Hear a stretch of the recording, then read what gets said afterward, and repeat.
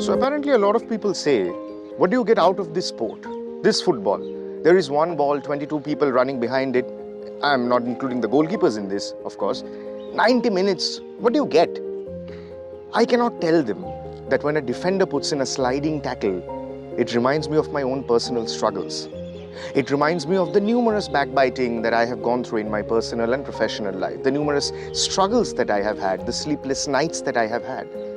I really cannot summarize the adrenaline rush when 70,000 people are screaming at the top of their voice, cheering for their most favorite team. And these two teams, the two iconic teams of Bengal, East Bengal and Mohun Bagan, are fighting it out with blood, sweat, passion, and everything they have got. So next time when people ask you, what do you get out of football? You say, football is life. Shubho Noboborsho, as we say, we ushered in the Bengali New Year with Ref Sports, and right now I am at East Bengal Club celebrating the first day of Bengali New Year. Please to remember, if there is another name for struggle, if there is a synonym for struggle, it's East Bengal FC.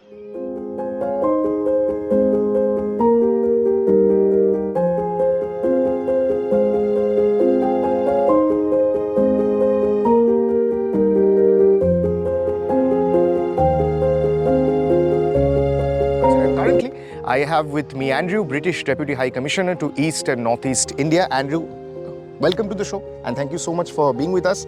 So, Andrew, I can see a bit of subtle but a bit of red and yellow in your uniform. So it's fair to say that Andrew, who is the Deputy British High Commissioner to Eastern and Northeastern India, is a fan of East Bengal FC.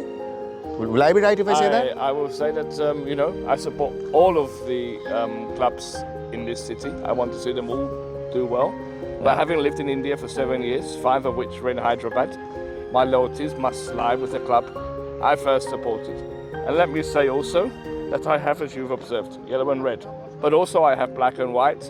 And of course we're all celebrating Mohammedan Sporting's achievement, despite the fact they didn't end the season with the win that they wanted yesterday. But big jump. Celebrating that as well. It's so exciting.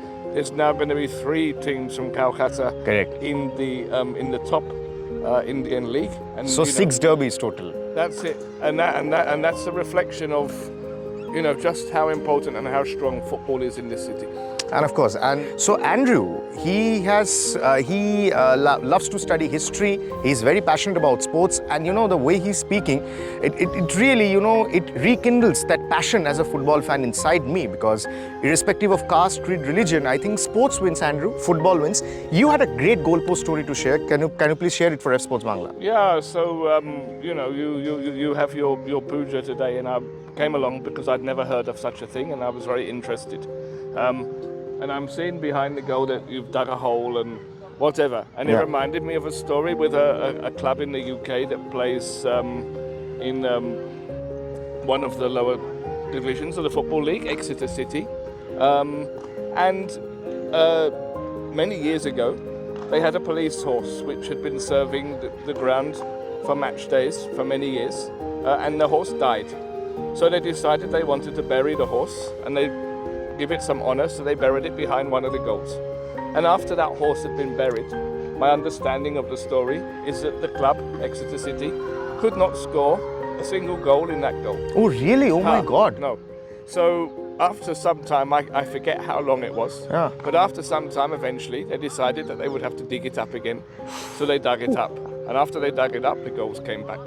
So, you know, that was my goalpost story from the UK. James Bond, the way he entered the enemy's den, right now I'm feeling the same way. Because look at me, I'm wearing red and yellow. Clearly, it's evident I'm wearing East Bengal colours, but right now I'm standing at the one and only Mohun Bagan ground. Shubho Noboborsho, it marks a new Bengali year on the Bengali calendars, and we're celebrating it via Bar Pujo of both the teams. And as I've always mentioned, East Bengal is incomplete without Mohun Bagan and vice versa.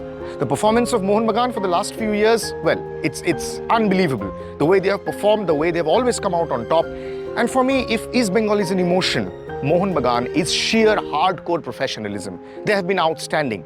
And as a Bengali, how can I forget the 1911 IFA Shield? Barefooted Indians playing against the mighty British and uphauling them in the heaviest of defeats. That was, for me, was the defining moment of Indian football, and still is. I like to live in nostalgia, but that's not nostalgia. That's a part of life. That's a part of blood, sweat, and everything that went into that victory. But let me give you a small anecdote. 11 players played for Mohun Bagan that day, and amongst them, 9 were Bangals, as you would in future call them, from Opar Bangla, Lota, Udbastu, Pithe Kanta Tared Dag, and what not you would call them. But it doesn't really matter. East Bengal is incomplete without Mohun Bagan. The sheer existence of these two teams are intertwined with each other. And that's what celebrates Bengali legacy. That's what celebrates Bengali New Year. Shubho Navaborsho to all of you from both East Bengal and Mohun Bagan families.